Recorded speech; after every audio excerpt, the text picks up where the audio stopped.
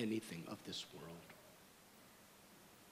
The opulences of mystic powers, the opulences of material wealth, even the opulence of liberation is subjected to destruction.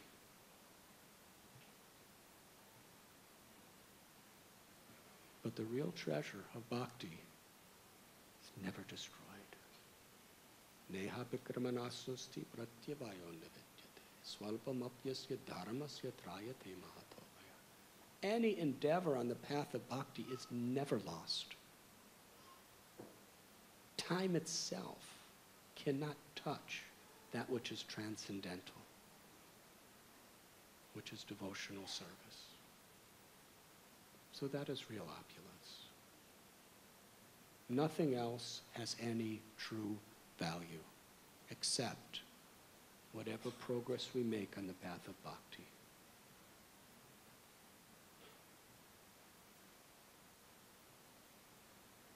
Now the Lord, when he sees a devotee is free of material desires, sometimes the Lord gives that devotee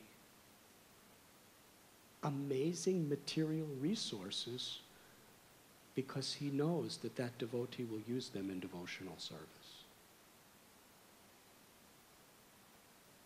But we have to be careful. Sometimes if we want things along with devotional service, Krishna will give us devotional service along with those things. But if our focus is not very much on pleasing Krishna, those things can drag us down again to the material platform. Dharmasya hyapavargyasya nartothayopakalpate. Sometimes Krishna gives us rewards for our devotional service in the form of material intelligence, material resources. But if ever we think they are for me, we can be diverted from the path of bhakti, become proud, and fall down.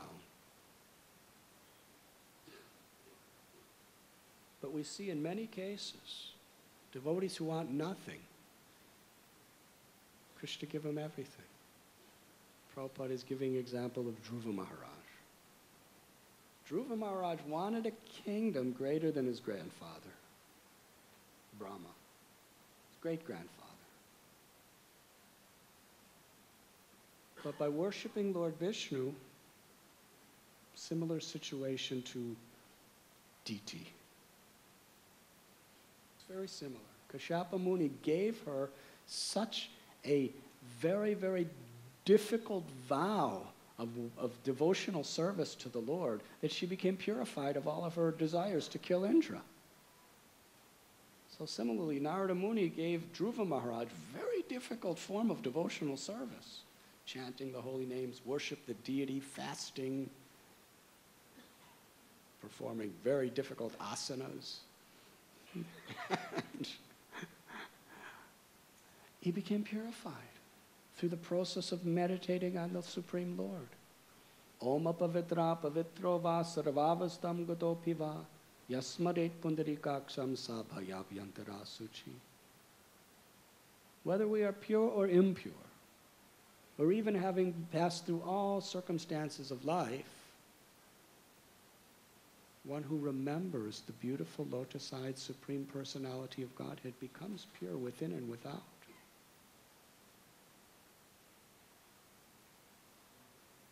Diti was remembering Krishna 24 hours a day. She became pure. Kashyapa Muni tricked her.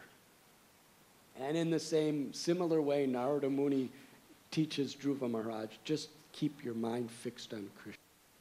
By chanting his holy name, by worshiping his deity, by meditating on the beautiful limbs of his divine form. And when Vishnu came before Dhruva was offered any benediction, and he wanted nothing material. I was looking for broken pieces of glass,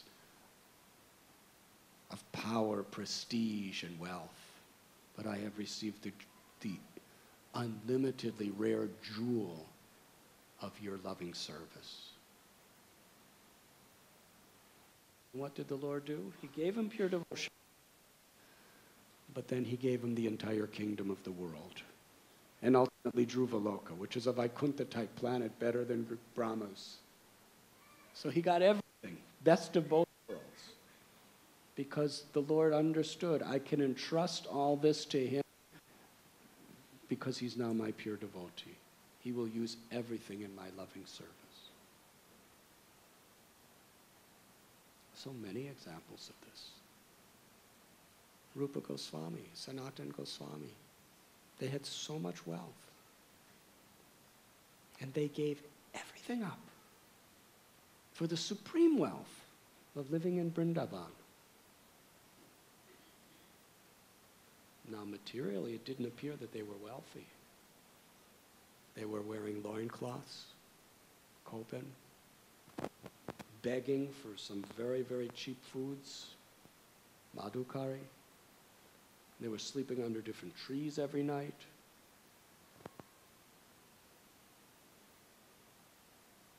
But they attained the greatest wealth, the wealth of ecstatic love. But then, even though they had no desire for anything, the Rajman Singh comes and builds Govindaji Temple for Rupa Goswami. The most magnificent temple ever built in the entire history of northern India. Magnificent temple.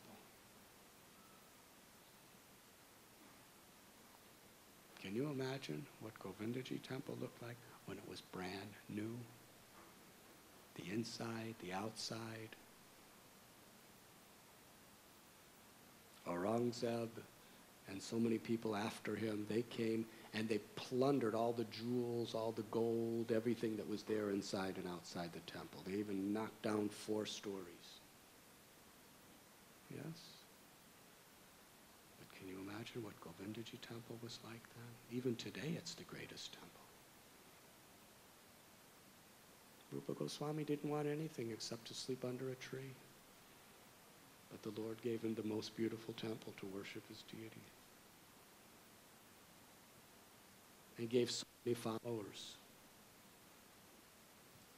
And Sanatana Goswami, he gave up everything, sleeping under trees.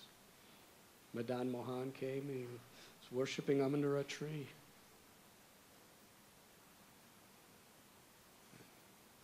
And that Ramdas Kapoor comes and builds Madan Mohan Temple for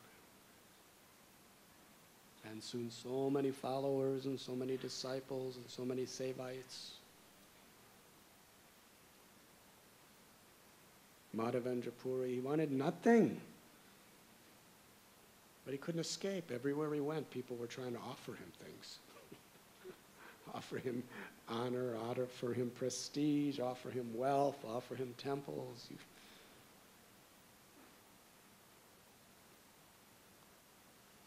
And our own Srila Prabhupada, he came to America with $7, 40 rupees. Less than $1 now. He knew no one. And in a few years, Mayapur temple in Bombay, beautiful marble temple in Bombay, temple in Vrindavan, temple in Hyderabad, all brand new, built from nothing. Hundreds of millions of books being distributed. Almost 108 temples all over the world. Some big cathedrals converted into Krishna temples. Palaces converted into Krishna temples. Thousands of devotees being given airplane tickets wherever he wanted to go. He didn't want anything. On the Jaladuta, he didn't pray to Krishna, give me temples, give me airline tickets, give me disciples. He only prayed, Krishna, just let me be your puppet. Just let me, just speak through me, that's all. Just somehow reach the hearts of these people. Krishna gave everything. because here was a person who he could entrust it to and it would be used in his loving service.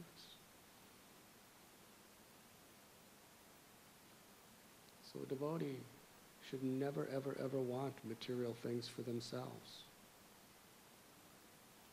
Even if we have those desires, we should be praying to be free of those desires.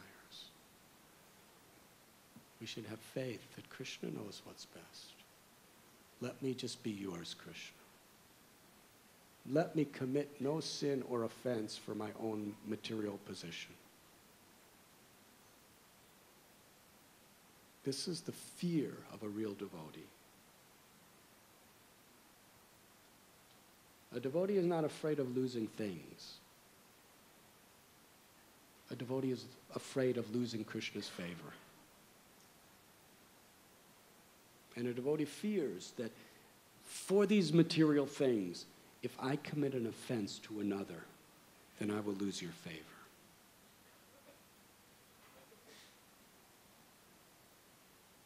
Because our real wealth is our devotion.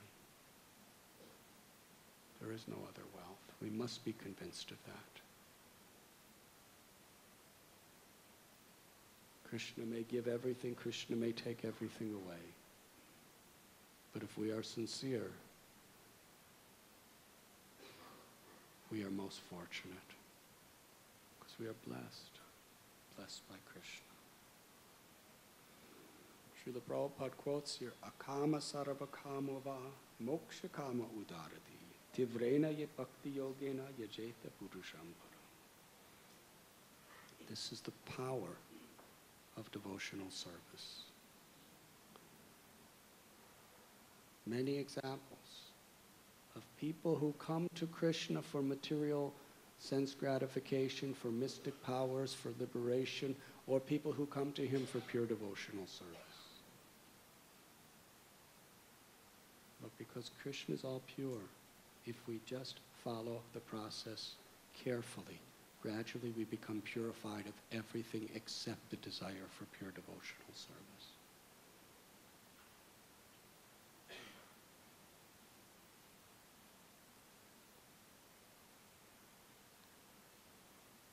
But we should be careful, because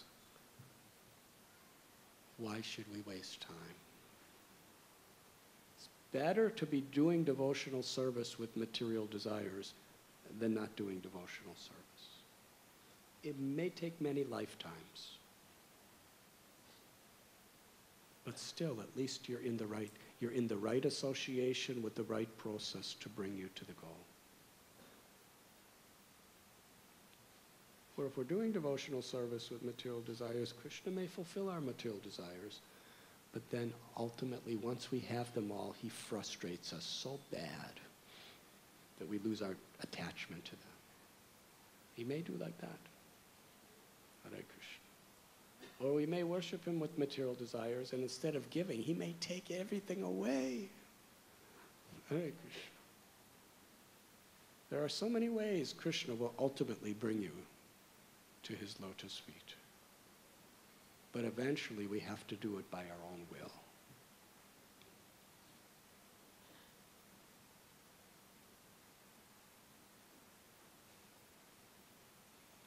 Like that beautiful letter that Prabhupada wrote to a devotee who was very much diverted from the path of bhakti. He said, because you chanted Krishna's name very seriously in Vrindavan, Krishna's going to take you back. Now, because he had so much attachment, it was a painful path back, but he made it back. Hare Krishna.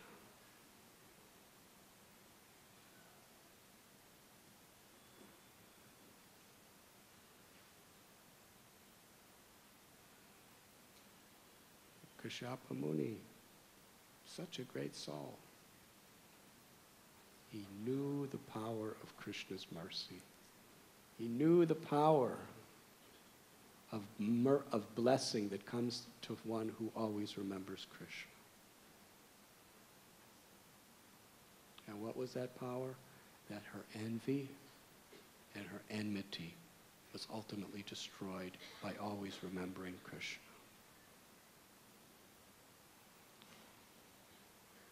So let us always remember Krishna, never forget Krishna.